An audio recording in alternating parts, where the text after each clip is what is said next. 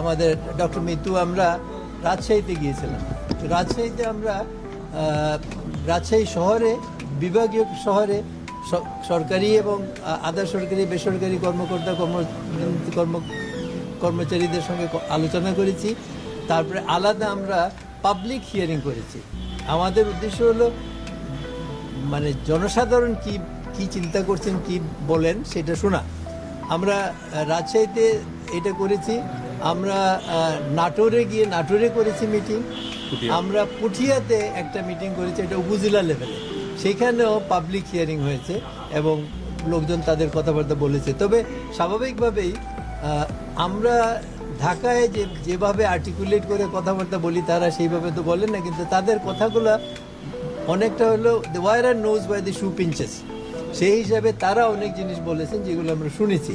তো আমরা আরেকটা গ্রুপ খুলনায় গিয়েছে, খুলনায় এবং রামপালে করেছে।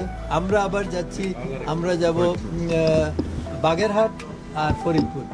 তো আমরা এইভাবে মানুষের কথাবার্তা শুনে আমরা আবার একটা কোয়েশ্চেনার দিয়েছি। আপনারা দেখেছেন আমরা আরও দুটো নতুন কোয়েশ্চেনার এড করে আজকে দিচ্ছি। এটা কম সময়ের জন্য 10 দিনের জন্য আমরা দিচ্ছি। সেইখানে আমরা কিছু জিনিস, যেমন আগেরগুলো সাধারণ প্রশ্ন ছিল, এবার আমরা যে একটা কোয়েশ্চেনার যেটা দিচ্ছি সেইখানে এরকম বলা আছে যে, যেমন ধরেন যে আপনি সরকারি কোনো একটা প্রতিষ্ঠানে আপনি কোনো সময় গেছেন কি না, গেলে আপনার অভিজ্ঞতাটা কি, যাতে মানুষ মোর স্পেসিফিক বলতে পারে। এই ধরনের কোয়েশ্চেন দিয়ে, আর ছাত্রদের জন্য একটা আলাদা কোয়েশ্চেনার আমরা একইভাবে দিচ্ছি যাতে ছাত্ররাও এটা আনসার করতে পারে। তো এই সমস্ত জিনিস নিয়ে আমাদের কাজ আগাচ্ছে। আমাদের আসলে যেহেতু অনেক ব্যাপক, সেই জন্য আমাদের একটু সময় লাগছে। 3 মাস সময়ে এটা করা খুব কঠিন, তবু আমরা চেষ্টা করব সরকারের নির্দেশ মতো 3 মাসের মধ্যে এটা করতে আর কি। এখন এই পর্যায়ে এখন আমার সঙ্গে যারা আমার 3 জন সহকর্মী আছেন, আপনারা যদি কিছু তাদের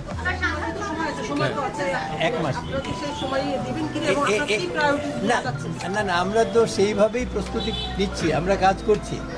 তো আমরা কিন্তু এর মধ্যেও অনেকগুলো মিটিং করেছি, আপনারা জানতে পারেন নাই।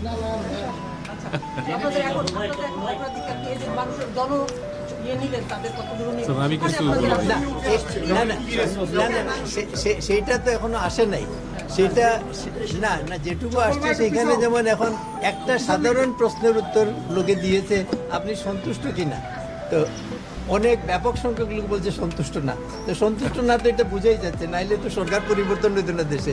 সন্তুষ্ট না বললেই তো এই কমিশন হয়েছে।